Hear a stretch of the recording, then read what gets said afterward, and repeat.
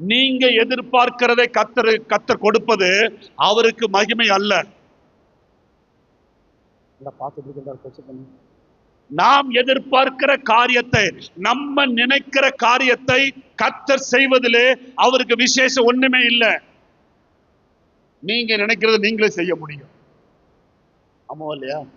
நீங்க நினைக்கிறத உங்க நண்பர்கள் செய்ய முடியும், உங்க வீட்டுல உள்ளவங்க செய்ய முடியும்.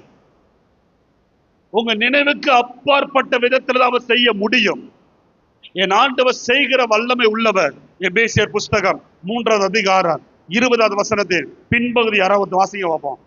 நாம் வேண்டிக் கொள்கிறதற்கும் நினைக்கிறதற்கும் மிகவும் அதிகமாய், நாம் வேண்டிக் கொள்வதற்கும் நினைக்கிறதற்கும் மிகவும் அதிகமாய் நமக்குள்ளே கிரியை செய்கிற வல்லமையின் படியே நமக்கு போதும். ஆண்டவர் செய்வேன்னு சொல்றாருல, என்ன செய்வாரா? நாம் ஜெபிச்சத தர்றது பெருசா, ஜெபிச்சதுக்கு மேல தர்றது பெருசா?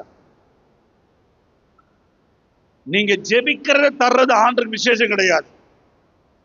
புரியுங்களா? இன்னைக்கு இந்த மாதம் அப்படிதான் ஆண்டரை பார்க்க போறோம். நம்ம நினைக்கிறத செய்யறது அல்ல, நம்ம ஜெபிக்கிறத கொடுக்கறதுல கர்த்தர் விசேஷம். அவர் டேலண்ட்டை காட்டுறவர் அல்ல. அவர் செய்யணும்னு நினைச்சிட்டா, என் பிள்ளை ஜெபிச்சதுக்கு மேல நான் தருவேன், என் பிள்ளை நினைச்சதுக்கு மேல நான் தருவேன். பெரிய காரியத்தை கர்த்தர் செய்வார்.